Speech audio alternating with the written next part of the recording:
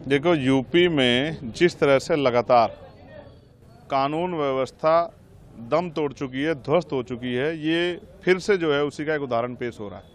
लगातार कमज़ोर वर्गों के लोगों पे हिंसाएं हो रही। 4 दलित समाज के लोगों की हत्या हुई, जिसमें 2 छोटी बच्चियां थी। फिर लखनऊ में, प्रदेश की राजधानी में, एक दलित समाज के नौजवान की, अमन सोनकर की पुलिस द्वारा हत्या कर दी गई। और अब बहराइच की घटना, मुझे जिस व्यक्ति की जान गई है उसके लिए मुझे मेरी संवेदना, उसके परिवार के लिए, और जिसने ऐसा किया उस पर सख्त कार्रवाई हो।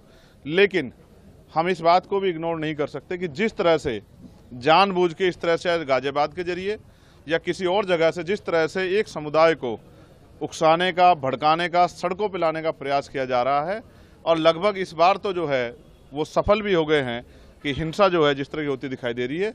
मैं इसका कड़े शब्दों में जो है इसका विरोध और निंदा करता हूं। लेकिन मैं मुख्यमंत्री जी से पूछना चाहता हूं कि ये कैसी सरकार है जिसमें कानून व्यवस्था पटरी पर नहीं आ पा रही।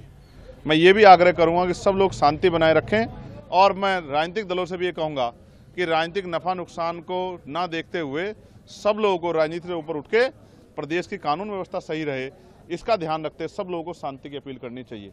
लेकिन मैं इसके साथ साथ उत्तर प्रदेश के मुख्यमंत्री से भी ये कहूँगा कि उनको आज राजधर्म का पालन करना चाहिए और अपराधियों पर सख्त कार्रवाई करनी चाहिए, और कानून व्यवस्था जो है वो बहाल हो, असुरक्षा की भावना खत्म हो, और प्रदेश में और कहीं हिंसा की आग न जाए, इस बात का ध्यान रखते हुए सख्ती से कार्रवाई करनी चाहिए, जिससे कि आमजन अपने आप को सुरक्षित महसूस करें। अगर मुख्यमंत्री राजधर्म नहीं निभाते तो हमें मानना चाहिए कि ये सरकार का फेलियर तो है, और ज़्यादा उम्मीद सरकार से हम लोग नहीं कर सकते। यूपी कांग्रेस राष्ट्रीय अध्यक्ष अजय राय ने कहा है कि पूरे प्रदेश में जंगल राज है, बहराइच में गोलियां चल रही है, मुख्यमंत्री जी को इस्तीफा देकर मठ में वापस चला जाना चाहिए। ठीक है, ये उनका अपना निजी बयान है, मगर मैं आपसे फिर ये कहूँगा कि जब धुआं उठेगा तो सवाल पैदा होंगे। तो इसके लिए कौन जिम्मेदार है? मैं तो जिम्मेदार नहीं हूँ। मुख्यमंत्री कुर्सी पे कौन है उत्तर प्रदेश? चंद्रशेखर थोड़ा ही है, योगी आदित्यनाथ बैठे हैं। तो अगर उनकी सरकार में लॉ एंड ऑर्डर फेलियर हो रहा है तो इसकी जवाबदेही भी उनकी है। जब अच्छी बातों का श्रेय वो खुद लेते हैं, तो ये जो इस तरह का अपराध हो रहा है, इस तरह की हिंसा हो रही है, तो उसका श्रेय भी उनको लेना चाहिए, और उनको जवाब देना चाहिए कि वो बड़े बड़े दावे करते हैं कानून व्यवस्था के। आज कानून व्यवस्था कहाँ है? कौन सुरक्षित है उत्तर प्रदेश में? लगातार क्या बहन बेटियों पे हमले नहीं हो रहे हैं? लगातार क्या तमाम तरह से दलितों पे, मुसलमानों पे, पिछड़ों पे जुल्म नहीं हो रहे हैं? क्या लगातार नौजवानों पे जो है हमले नहीं हो रहे हैं? लगातार किसानों पे हमले नहीं हो रहे हैं? कहीं गुलदार से लोग परेशान हैं, कहीं जो है भेड़ियों से लोग परेशान हैं, लोगों की जीवन रक्षा भी हम लोग नहीं कर पा रहे हैं। तो सरकार कर क्या रही है और किसके लिए काम कर रही?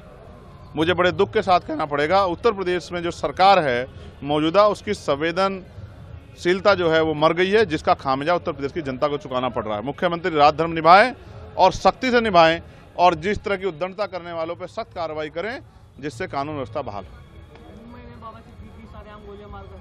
अब आप मुझसे ये मत कहिएगा कि सहयोग से वहाँ भी एनडीए की सरकार है। ये डबल इंजन की सरकार, ट्रिपल इंजन की सरकार लोगों की रक्षा नहीं कर पा रही, ना आम आदमी की, ना किसानों की, ना नौजवानों की, और ना व्यापारियों की, ना नेताओं की।